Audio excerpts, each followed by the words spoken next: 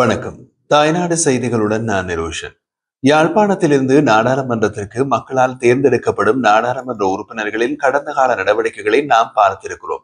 அவர்களில் பலரை சுலபமாக யாராலும் அணுகவே முடியாது என்பது ஒரு விஷயம். இரண்டாவது விஷயம், அவர்கள் ஏதாவது ஒரு பாரம்பரிய கட்சியினை சேர்ந்தவர்களாக இருப்பார்கள். கடந்த நாடாளுமன்ற தேர்தலில் அந்த வளமையில் ஒரு மிகப்பெரிய மாறுதல் ஏற்பட்டு அதற்கு முன் அரசியல் செய்திராத வைத்தியர் ராமநாதன் அர்ஜுனா சுயேட்சை வேட்பாளராக போட்டியிட்டு ஜெயித்தார். விளைவு இன்றைய யாழ்ப்பாண அரசியலில் நாடாளுமன்ற உறுப்பினர் ராமநாதன் அர்ச்சுனாவை மையப்படுத்தியே நடக்கிறது. யாழ் அரசியலில் இன்று அவர்தான் பேசு பொருளாக உள்ளார். மக்களால் அர்ச்சுனா எம்பியை சுலபமாக அணுக முடிகிறது.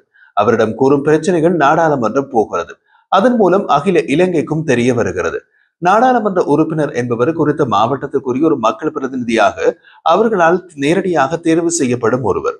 அவ்வாறான நிலையில் அவர் எந்த மாவட்டத்தை பிரதிநிதித்துவப்படுத்துகின்றாரோ அந்த மாவட்ட மக்களை பாதிக்கின்ற பொது பிரச்சனைகள் சம்பந்தமாக நேரடியாக களப்பயணம் செய்து தீர்த்து வைக்க முடியும். அதே நேரம் அவ்வாறான சில விடயங்களை நாடாளுமன்ற உரை மூலம் நேரடியாக மன்றின் கவனத்திற்கும் கொண்டு செல்லலாம். அதாவது நாடாளுமன்ற உறுப்பினர் பொதுமக்களுடைய பிரச்சனைகளை வெளியில் கொண்டு போய் கதைக்க வேண்டும்.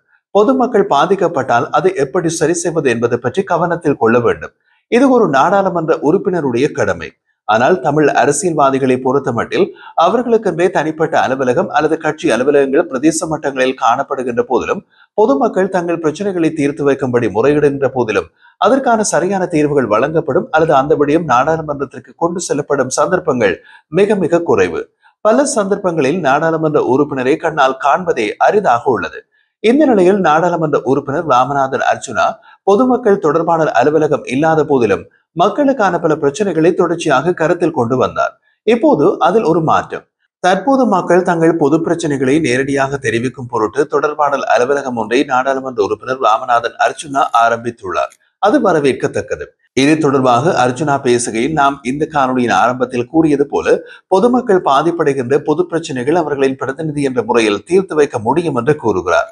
அதாவது, ஒரு கிராம சேவையாளர் பிழை செய்தால் அவரிடம் தொலைபேசியில் கதைப்பது, காணி கொடுக்கப்படாமல் எழுத்தடிப்பு செய்யப்பட்டால் சமூக உத்தியோகத்தருடனும் கதைக்கலாம். அதே போல அரசாங்க அதிபர்களான பிரதீபன் மற்றும் முரளிதரன் ஆகியோர் ஏதாவது தவறு செய்தால் அது நீங்கள் எனக்கு அறிய தந்தால் மக்கள் புகார் என்ற அடிப்படையில் அவர்களுடனும் கதைக்கலாம் என்று அர்ச்சுனா தெரிவித்தார். பாடசாலை அதிபர் பாடசாலையில் அனுமதி கொடுப்பதற்கு பணத்தை வாங்கி ஏமாற்றுவது, குறிப்பாக ஹார்ட்லி கல்லூரியில் நடைபெற்ற பிரச்சனை தொடர்பாக நாடாளுமன்றத்திலும் பாடசாலை அதிபர்களுடனும் ஆளுநர் வேதநாயகனுடனும் கதைத்த விடயத்தை இந்த இடத்தில் அர்ச்சுனா எம்பி உதாரணமாக காட்டுகிறார். நீங்கள் எவ்வித பயமுமின்றி தவறுகளை என்னிடம் சொல்லலாம் என்கிறார் அர்ச்சுனா எம்பி. அதே போல் அரசாங்க அதிகாரிகள் தவறு செய்தாலும் என்னிடம் சொல்லலாம் என்று கூறி அரசு அதிகாரிகளுக்கு ஒரு குட்டு வைத்திருக்கிறார் அர்ச்சுனா. ஒரு விதத்தில் சொல்ல போனால் இன்று வடக்கு மாகாணத்தில் இது மிகவும் முக்கியமான ஒன்று. எந்த அளவுக்கு நிர்வாகம் மோசமாக உள்ளது என்பதை அங்கிருப்பவர்களை கேட்டு தெரிந்து கொள்ளலாம். மறுபுறம் அர்ச்சுனா வேறு சில விடயங்களையும் சுட்டி காட்டுகிறார். அது என்னவென்றால், பொதுமக்கள் சார்ந்த பொது பிரச்சனைகள் தவிர்த்து எந்த விடயத்திலும் தம்மால் நடவடிக்கை எடுக்க முடியாது என்பதுதான். அதாவது, அர்ச்சுனாவுக்கு தற்போது தங்கள் பிரச்சனைகளை சுட்டிக்காட்டி கடிதங்கள் அனுப்பும் அநேகர் தனிப்பட்ட பிரச்சனைகள், அதாவது குடும்ப பிரச்சனை, காணி பிரச்சனை, விவாகரத்து தொடர்பாக வழக்கு பதிவு செய்வது, அதில் தவறான முடிவுகள் கிடைக்க பெற்றோர் அதற்காக நீதிமன்றத்தில் வாதாடுமாறும் நாடாளுமன்றத்தில் கதைக்குமாறும் தெரிவிக்கிறார்கள். அர்ச்சுனா எம்பியின் கூற்றுப்படி உண்மையில் மக்களும் சில விடயங்களை புரிந்து கொள்ள வேண்டும். மக்கள் பிரதிநிதியான அர்ச்சுனா உங்கள் தனிப்பட்ட பிரச்சனைகளை நாடாளுமன்றம் வரை கொண்டு செல்வது எந்த மாதிரியான வகை என்பது தமக்கு புரியவில்லை என்கிறார். அதற்கான எந்த நடவடிக்கைகளையும் என்னால் எடுக்க முடியாது என்று கூறும் அர்ச்சுனா, நான் டக்ளஸ் தேவானந்தா மாதிரியான அரசியல்வாதி இல்லை என்றும் அடுத்து கூறினார். இலங்கையின் அரசியலமைப்பு சட்டப்படி எந்த ஒரு நீதிபதியையோ அல்லது சட்டத்தரணியையோ விமர்சிக்கும் உரிமை யாருக்கும் இல்லை. ஒரு நாடாளுமன்ற உறுப்பினரை விமர்சிப்பதென்றால் நாடாளுமன்ற சிறப்புரிமை சட்டத்தின்படி அது ஒரு பாரதூரமான குற்றம். நீங்கள் நீதிபதியையோ நீதிமன்றத்தையோ குற்றம் சாட்டி கடிதம் எழுதினால் அதுவும் பாரதூரமான குற்றம் என்றும் அர்ச்சுனா சுட்டிக்காட்டினார். தொடர்ந்தும் தெரிவித்த அர்ச்சுனா, ஒரு வைத்தியர் பிழை செய்தால் என்னிடம் முறைப்பாடு செய்யலாம். சட்டத்தரணி தவறு செய்தால் அந்த தவறுகளை அதற்கு பொறுப்புக்குரிய அலுவலகத்திற்கு கடிதம் மூலம் முறைப்பாடு செய்யலாம். ஆனால் அதை நாடாளுமன்ற உறுப்பினராகி என்னிடம் சொல்ல முடியாது என்பது அவருடைய கருத்து. மற்றொரு உதாரணமாக, ஈச்சமூட்டையில் நடைபெற்ற கம்பரலிய திட்டத்திற்கான நிதி துஷ்பிரயோகம் தொடர்பாக பேசிய அர்ச்சுனா எம்பி, அது ஒரு மக்கள் பிரச்சனை. இந்த விடயம் சம்பந்தமாக மக்கள் போராட்டம் செய்தனர். அதை நான் நேரில் சென்று பார்வையிட்டு அங்குள்ள மக்களுடன் அது தொடர்பாக கதைப்பேன். எனவே இது போன்ற மக்களுக்கான பிரச்சனைகளை தெரியப்படுத்துமாறு கூறும் அர்ச்சுனா, நீங்கள் உங்கள் பிரதேசங்களில் அரசு அதிகாரிகள் தவறு செய்தால் அதை கடிதம் மூலம் அறிவியுங்கள். குறிப்பாக கடிதத்தை முழுமைப்படுத்தி உங்கள் ஊர் மக்களின் கையொப்பமிட்டு அனுப்புங்கள். நீங்கள் முழுமைப்படுத்தாத கடிதம் மூலம் எனக்கு அறிவித்தால் நான் அதற்கான நடவடிக்கை எடுக்க முடியாது. மாறாக அவ்வாறு முழுமைப்படுத்தாத கடிதத்தில் நீங்கள் எனக்கு அனுப்பினால் அது தொடர்பான அரசாங்க அதிகாரிகள் எந்த விதமான ஆதாரமும் இல்லை என்று கூறி என்மேல் வழக்கு பதிவு செய்வார்கள். எனவே நீங்கள் இதனை கவனத்தில் கொள்ள வேண்டும் என்பது அர்ஜுனாவின் வாதம். கடந்த 17ஆம் தேதி யாழ் மாவட்ட செயலகத்தில் இடம்பெற்ற மாவட்ட அபிவிருத்தி குழு கூட்டத்தில் பிரதேச சபை தவிசாளர்களை அனுமதித்தமை தொடர்பாகவும் குறித்த தவிசாளர்கள் நாடாளுமன்ற உறுப்பினர் அர்ஜுனாவை பிழையை சுட்டிக்காட்டி நேராக கேள்வி கேட்டார் என்பதற்காக இழிவான வார்த்தைகளை பொதுவெளியில் பயன்படுத்தியமை சம்பந்தமாக நாம் கடந்த 2 தினங்களுக்கு முன் வெளியிட்ட காணொலியில் தெரிவித்திருந்தோம். அத்துடன் இந்த விடயம் ஒரு நாடாளுமன்ற உறுப்பினருக்கான சிறப்புரிமை மீறல் என்பதனால் அர்ஜுனாவை நாடாளுமன்ற சபாநாயகரின் கவனத்திற்கு கொண்டு வந்து சிறப்புரிமை குழு விசாரணைக்கு கூறியிருந்தவையும் குறிப்பிட்டிருந்தோம்.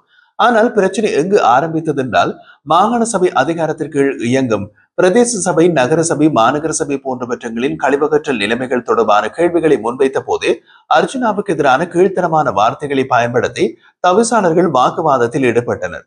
அப்போது யாழ் மாநகர சபைக்கு உட்பட்ட பிரதேசங்களில் உளவு இயந்திரம் மூலமான கழிவகற்றலில் குப்பைகளை மூடிக்கொண்டு செல்ல முடியும் என்று ஆணையாளரால் தெரிவிக்கப்பட்டது.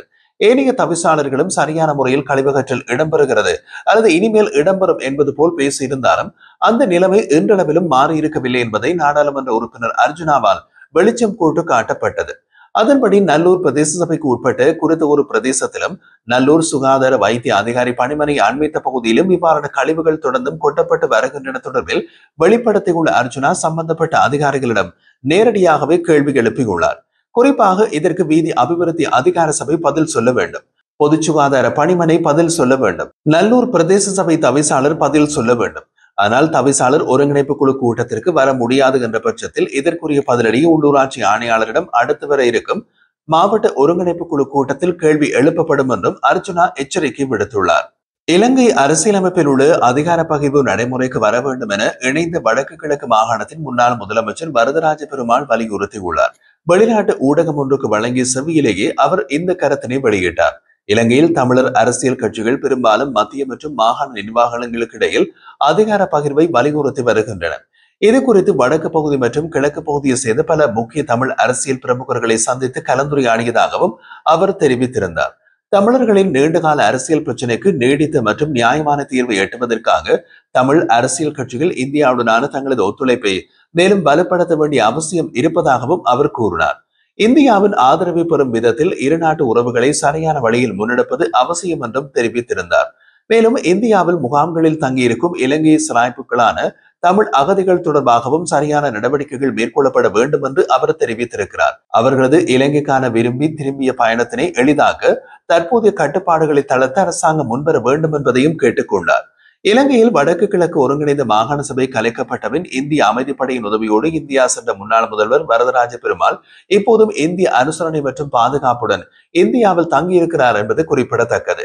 இலங்கையின் தற்போதைய ஜனாதிபதி மற்றும் அரசியல் தலைவர்கள் அரசியலமைப்பை முழுமையாக நடைமுறைப்படுத்த உறுதி பூண்டுள்ளனர் என்பதை நினைவுபடுத்திய அவர் இது அவர்களின் அரசியல் மற்றும் நெறிப்பறையான பொறுப்பாகும் என்றும் தெரிவித்தார்.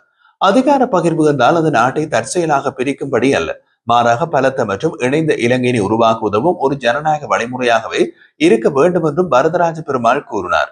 இதனுடன் தாம் பிரதிநிதித்துவம் செய்த ஈழ மக்கள் புரட்சிகர விடுதலை முன்னணி ஆட்சி முறைமைக்கான அதிகார பகிர்வுக்கு எப்போதும் ஆதரவாக இருந்ததாக குறிப்பிடுகிறார்.